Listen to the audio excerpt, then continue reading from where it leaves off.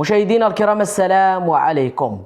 المؤثرة المغربية صاحبة الشخصية القوية والكاركتير الفريد من نوعه في بلادنا، المثقفة والدكتورة والمهندسة سكينة بن جلون، اليوم الاثنين تقدر تخرج من سجنها بعكاشة في حالة إذا قبلت بالشروط اللي حطهم ليها طالق ديالها المهدي قباج، اللي اعلن البارح في الصفحة الرسمية ديالو بأنه سيتنازل على الشكوى اللي قدمها ضد سكينة بن جلون ديال التشهير في حالة إذا قبلات بالشروط ديالو.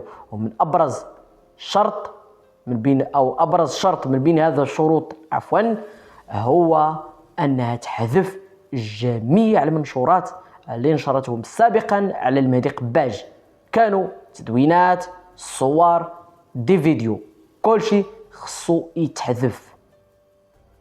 إذا قبلات فاليوم الاثنين سكينة بن جلون غتكون في دارها مع وليداتها. شخصيا نسبيا أتعاطف مع سكينة بن جلون كأم، ثم كامرأة، كأنثى. الحبس ما نبغيوش لأي واحد، خايب بزاف الحبس، صعب بزاف، ما نبغيوش ليهم، خاصة إذا كانوا عندهم وليدات. والنموذج أمامنا اليوم سكينة بن جلون عندها 4 ديال الوليدات، ماشي وليد ولا 2 وليدات. بطبيعة الحال الأب غايدير مهمته كأب وغايزيد من عنده، ولكن داك الفراغ ديال الأم راه ما غيملؤوش، مع عمر الأب غيملأ داك الفراغ ديال الأم. في غياب الأم الضحية والخاسر الأكبر هما الوليدات. واللي بغى يتأكد من هذا الكلام يسول الناس اللي كبروا بدون أمهات، سولوا الشباب، سولوا الشابات، سولوا الرجال العيالات اللي كبروا في غياب الأم، هما اللي عارفين قيمة أنك تكبر بدون أم. ما بغيناش لدوك الوليدات مساكن أنهم يكبروا بلا أمهم، واخا أمهم طايشة مجرمة عاثت في الأرض فساد، سواء ضد الطليق ديالها ولا ضد قيمنا ومبادئنا وأخلاقنا وديننا.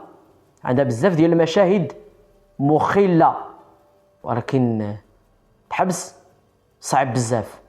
نتمنى من بعد الخروج ديالها اليوم يا إما تغيير المحتوى ديالها، أصلا ما عندهاش محتوى، ولا تبعد بشكل نهائي على المواقع التواصل الاجتماعي،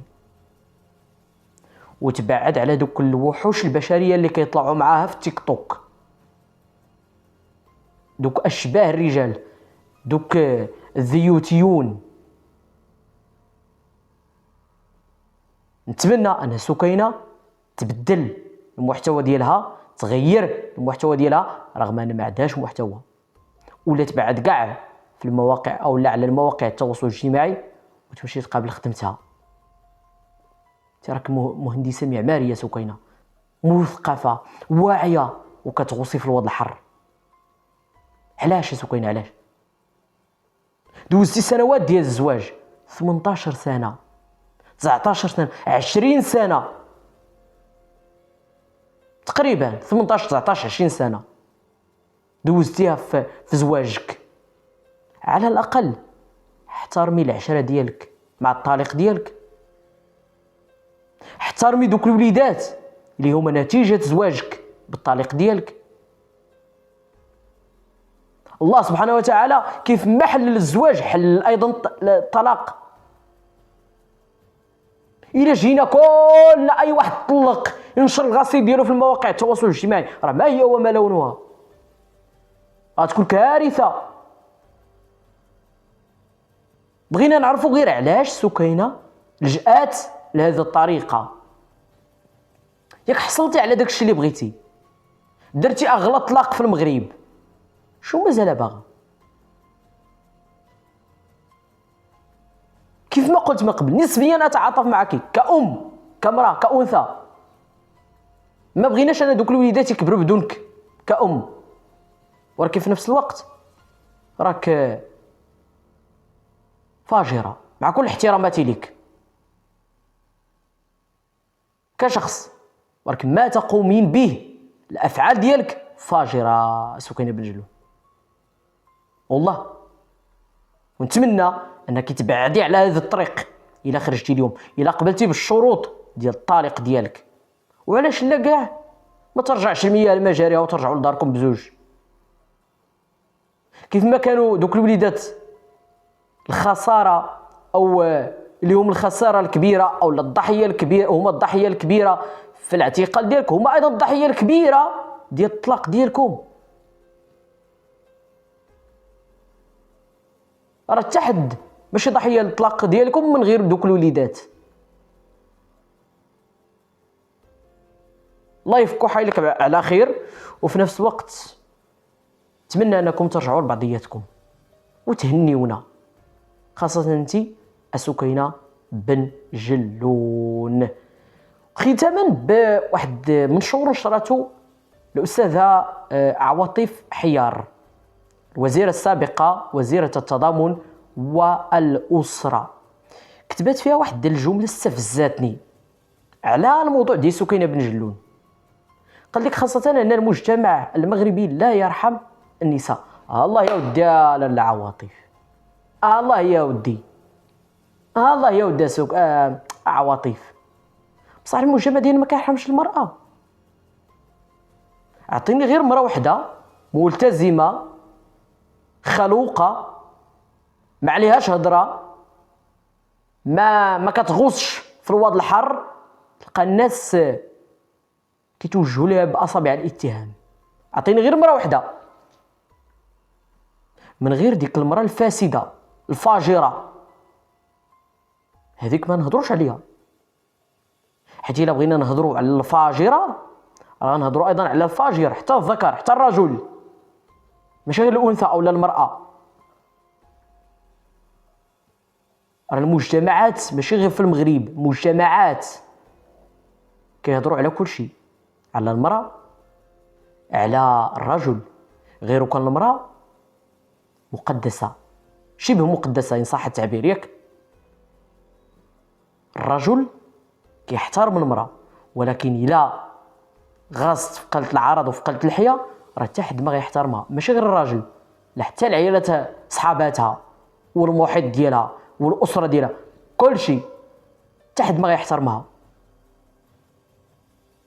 ماشي ما كنرحموش عواطف حيار، لا كنرحمو، ولكن الا رحمتينا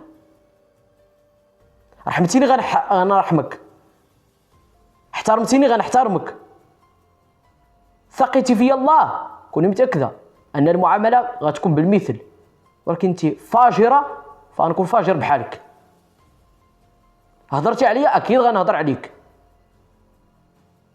واش وحده كتزني وكتقولي عواطف حيار نحترموها ونرحموها باش من حق زيانيه؟ الله سبحانه وتعالى يقول وليشهد عذابهما طائفة من المؤمنين. إلا زناو إلا تجلدوا في داك الجلد خص بزاف ديال الناس طائفة من المؤمنين يشهدوا داك الجلد. وانتي كتقولي لي انني نرحمهم؟